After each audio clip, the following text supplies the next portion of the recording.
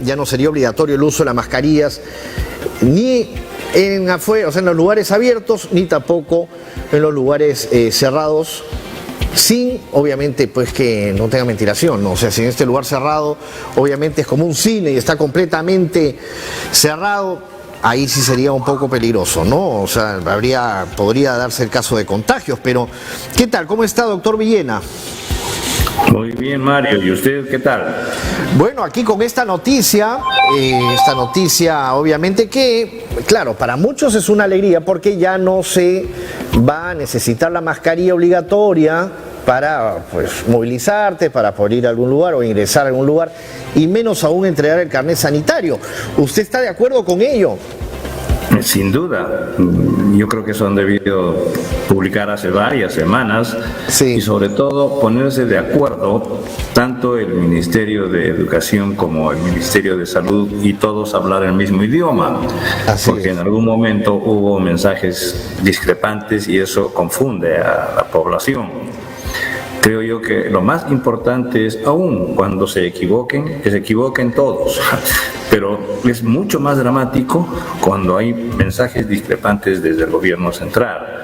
Yo creo que el error es humano y todos podemos equivocarnos en algún momento, y sobre todo en esta enfermedad, donde si somos serenos, tranquilos y miramos la evolución de la enfermedad y la evolución de los mensajes, obviamente todos hemos tenido que ir cambiando en el tiempo porque las circunstancias van permitiendo que uno conocemos mejor ahora la enfermedad, conocemos mejor la velocidad con la que se contagian las personas, conocemos mejor la respuesta a las vacunas, y entonces sí, es factible y es razonable que uno vaya cambiando en los mensajes. Ajá. Pero lo que no es adecuado es que los mensajes sean discrepantes.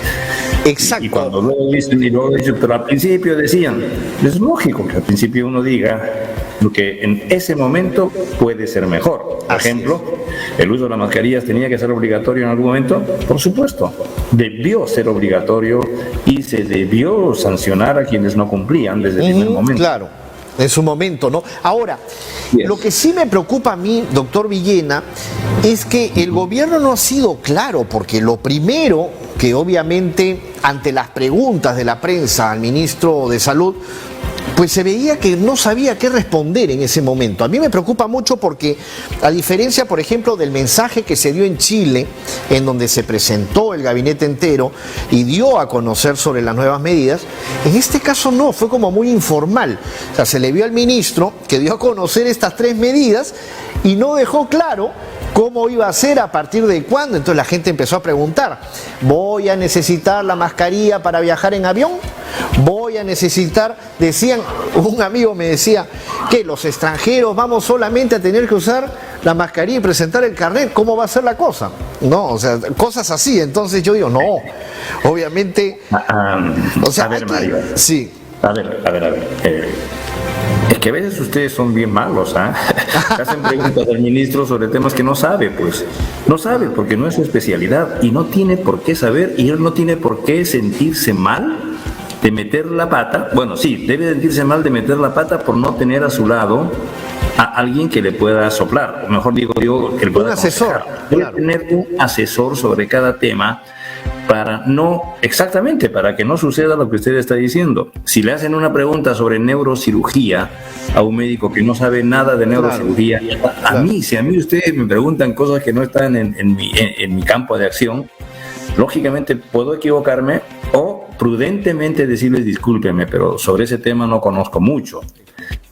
O sea, no se puede pretender que el ministro sepa más de lo que sabe, lo poco o lo mucho que sepa, no sé cuánto sabrá, dicho sea de paso, pero no podemos pensar que él debe saber todo. Esto es sumamente importante, Mario. ¿Por qué? Porque cuando se hace una entrevista al ministro o se hace alguna consulta, tenemos que ser más benévolos con él, porque si comete la imprudencia de contestar porque tiene que contestar, va a meter la pata indudablemente muchas veces. muchas veces, porque no todo Sí, pero en este caso, por ejemplo, doctor Villena, y ahí sí discrepo, eran cosas pues realmente, era una copia de lo de Chile, no era lo que Chile había dictaminado hace un par de días, para el 1 de octubre todavía, la misma fecha de Chile, a partir de ese día. Entonces yo digo, ¿cómo no va a saber pues el ministro responder, por ejemplo, si es que yo voy a poder entrar al supermercado con mascarilla o sin mascarilla, o que si yo voy a necesitar mostrar el carnet en el paradero del bus? O sea, hay cosas pues que son básicas, doctor Villena, también, sino que la verdad es que hay que decir las cosas por su nombre. Este ministro pues creo que no está bien parado en muchos aspectos, me parece, ¿no? O no. Bueno, usted lo dijo, ¿eh? Yo lo dije, yo me responsabilizo, No, Sí. y no se preocupe, porque acabo de decir que tiene usted razón. Ah, ok. Es que lamentablemente, y por supuesto, quizás no sea mi costumbre, quizás no hable sobre temas que no me competen, pero sin embargo, cuando usted me habla específicamente sobre la capacidad que pudiera tener el ministro, yo le voy a responder con una respuesta, una frase mucho más amplia, ¿no es cierto? Eso está caracterizando al gobierno. O sea, si hay una característica clarísima que tiene el gobierno, es que ubica en los cargos clave y que son de alta trascendencia a personas que no tienen la mejor formación, en diferentes ministerios, en diferentes viceministerios, en direcciones de hospitales, en diferentes lugares, ¿no es cierto? Y hasta en los colegios, o sea, y lo peor de todo es que nos enteramos, pareciera ser que el currículum debe empezar diciendo miembro que apoya, miembro que apoyó, miembro que donó, miembro que al partido o a la elección. Eso debe decir en primer lugar en el currículum. El resto es secundario, o sea, si no cumple con esa norma, lo demás, ¿a quién le van a pedir que sea doctor? Así es. Maestro, sea magíster o que tenga un doctorado. Exacto. Porque eso no se pide para este tipo de cargos, se pide simplemente que sea un amigo incondicional. Claro. Con el agravante de que si uno escoge un amigo incondicional, por lo menos sea el que más sabe dentro de mis amigos. Porque luego uno dice que esos son los amigos que tiene el presidente, es lo máximo que tiene como amigos o como amistades de confianza. Claro. No conoce gente más preparada. Termina uno pensando eso. Y también termina uno pensando en que tan obligatorio es que tenga que devolver favores. No está primero el país y después ver dónde ubica pues a sus amistades, ¿no es cierto? En otros casos que sean menos trascendentes y sobre todo de menor alcance en conocimientos. Si una persona necesita saber para estar en un cargo, esa debe ser seleccionada. Siempre. Y si es amigo, enhorabuena. Lamentablemente, siempre hemos tenido al frente ministros, o sea, me refiero en este caso, en este gobierno, claro, que no llegan a un nivel de profesionales, y también otros por amigos, ¿no? Obviamente por amigos del presidente, por amigos cercanos a la familia, que finalmente no están acá, se han escapado, ¿no? Tipo Juan Silva, y sabe Dios dónde estará. Entonces, claro, tenemos definitivamente muchos problemas sobre ese aspecto, pero vamos a volvernos a centrar, doctor Villena, porque yo recuerdo cuando nosotros conversamos durante la pandemia, yo estaba en otro canal, me acuerdo, y siempre conversamos sobre ella y sobre cómo iba evolucionando. Yo no dejé de trabajar durante la pandemia, así me recortaran lo que me recortaran, pero la verdad, de verdad, claro, porque es que la cosa fue así, hasta los sueldos, todo recorta, o sea, todo se recortó, no a la mitad por los tiempos y todo lo demás, hay que decir las cosas como son, pero ahí estuvimos, y yo quería saber y conocer, según su percepción, cuánto hemos evolucionado nosotros luego de esta pandemia en el aspecto de salud, porque se han descuidado otras enfermedades también, ¿no? El cáncer, por ejemplo, el cáncer por el cual se prometió 4.000 millones de soles y eso pues no existe, no hay, se le ha mentido a los pacientes.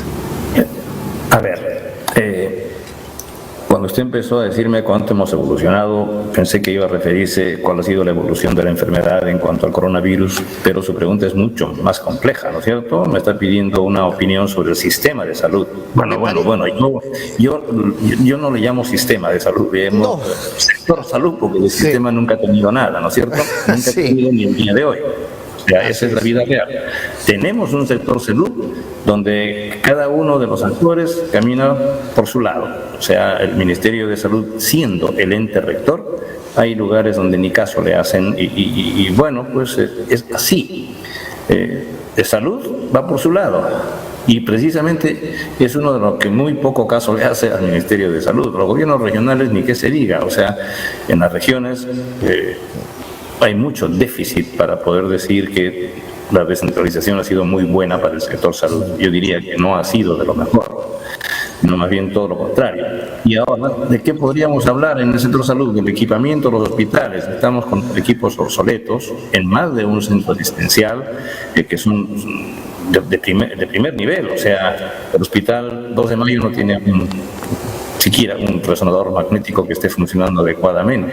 ¿Okay? Y no hacen sin angiografías, por ejemplo. O sea, cuando tienen que atender a un paciente con algún problema cardiovascular que requiere cirugía, no es factible hacerle todos los exámenes que son necesarios para hacer la evaluación de un paciente altamente complejo.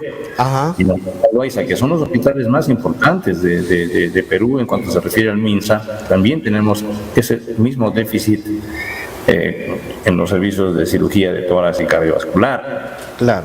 El seguro sí cuenta bastantes posibilidades en Chiclayo, en Arequipa, aquí en Lima, tanto Rebagliati como Almenara. En equipamiento están mejor, lógicamente, que en el Ministerio de Salud. Tiene un presupuesto diferente de salud y sus hospitales están mejor equipados. Sin embargo, en personal el déficit es en ambos sectores bárbaro. O sea, falta enfermeras, falta en todos los hospitales, nutricionistas, tecnólogos, médicos, ¿no es cierto? Y médicos especialistas. Con mayor razón hay ese déficit desde siempre, desde hace muchos años, y no se hace mucho por corregir. Tendría pues que reevaluarse el presupuesto que tienen los centros asistenciales para contratar o nombrar más médicos de los que tenemos en todos los niveles, ¿no es cierto? Y si hablamos del primer nivel de atención, más fácil de decir nuestras postas porque no tienen las características que debe tener un primer nivel de atención. O sea, primer nivel no quiere decir un huequito en algún lugar con un escritorio y un personal de salud que esté atendiendo. No quiere decir eso, ¿no es cierto? Y atención primaria, con mayor razón. Atención primaria, decimos nosotros, y que no es lo mismo que el primer nivel, dicho sea de paso, ¿no es cierto? Estos hay que conocerlos mejor porque creo yo que son los que definen lo que debe ser un sistema de salud, conocer bien para que yo pueda diseñar las políticas que deben existir. Dicho sea de paso, el documento existe, o sea, hay un documento sobre la salud en el Perú, que es el Plan Nacional de Salud. Sí. Yo sugeriría que lo lean los directores regionales. Es importante, y también, doctor, nosotros podríamos pasarnos hablando de este tema por mucho tiempo más. A mí me encantaría, por ejemplo, tenerlo de invitado en algún momento aquí en el set, en el estudio, para ya de manera presencial, ¿no? Como se dice, face to face, ¿no? Cara a cara, para poder conversar sobre las problemáticas, básicamente de salud de nuestro país, sobre cómo podría realmente mejorarse este sistema, ¿no? Para que las personas adultos mayores, los niños, por ejemplo, puedan realmente atenderse con una salud de calidad, ¿no? Y qué mejor que usted, que conoce todo el sistema, porque yo así lo veo y lo considero también, y conocedor también de la materia, porque hemos estado haciendo, y volviendo al tema del COVID, este seguimiento desde que empezó la pandemia, y hemos estado conversando, y hemos llegado ya a este punto, ¿no? En donde, al igual que en otros países, se decide finalmente ya no la obligatoriedad de las mascarillas, ¿no? Entonces, y el carnet sanitario. Entonces hemos llegado a este punto. Yo creo que ahora hay que mirar hacia el futuro, ¿no? Hay que ver post pandemia, o sea, cómo nuestra vida ha cambiado a raíz de ello, porque es también importante, también no hay que descuidarse. O sea, hay gente adulta mayor que tampoco va a irse pues ahí a un teatro, a un cine totalmente cerrado y con gente estornudando y tosiendo por todos lados. Yo creo que tampoco sería lo idóneo, ¿no? No sería lo ideal, ¿no? Hay que Claro, usted está ya tratando un tema mucho más amplio y me parece perfecto, tener en consideración que si uno está en ambientes muy cerrados y el que estornude así sea un resfrío común, y que podría ser también una influenza, y está un paciente anciano que no está vacunado, podría tener contra influenza, me refiero, no está vacunado contra influenza estacional, podría tener un contagio que genere deterioro de su salud. Exacto, por eso. Perdóneme, Mario. Sí. Porque yo sé que el tiempo es oro. Lo que está diciendo usted es qué estamos haciendo en prevención, que es a lo que nos referíamos cuando decimos atención primaria, ¿no es cierto? Y lo que significa el sector salud. Es absolutamente fundamental que la prevención no sea una expresión de todo el mundo, porque es común que todos digamos hay que hacer atención primaria, que la prevención es muy importante, más vale prevenir que lamentar. Bueno, hasta el día de hoy seguimos lamentando porque no prevenimos nada en forma adecuada. Exacto. Se vacuna a los niños, pero se ha dejado de vacunar todo este último tiempo, se está recuperando, es cierto, pero y dicho sea de paso, no solamente en Perú, hay que reconocer que no solamente esto en Perú es a nivel, exacto, es a nivel diferentes países. Doctor Villena, sí. Mira, acá me hacen unas señas que si de verdad ahorita no cortamos la llamada, de verdad que ya me van a sacar del aire. Besos a ambos. Sí. Cualquier otro día, Mario, doctor, con muchísimo gusto conversamos, usted me dice, un placer. Y encantado de acompañarle. Ha sido un placer. Muy buenas tardes también. Mucha salud. Saludos a quienes lo siguen. Muchas gracias. Cuiden más que antes. Muchas gracias.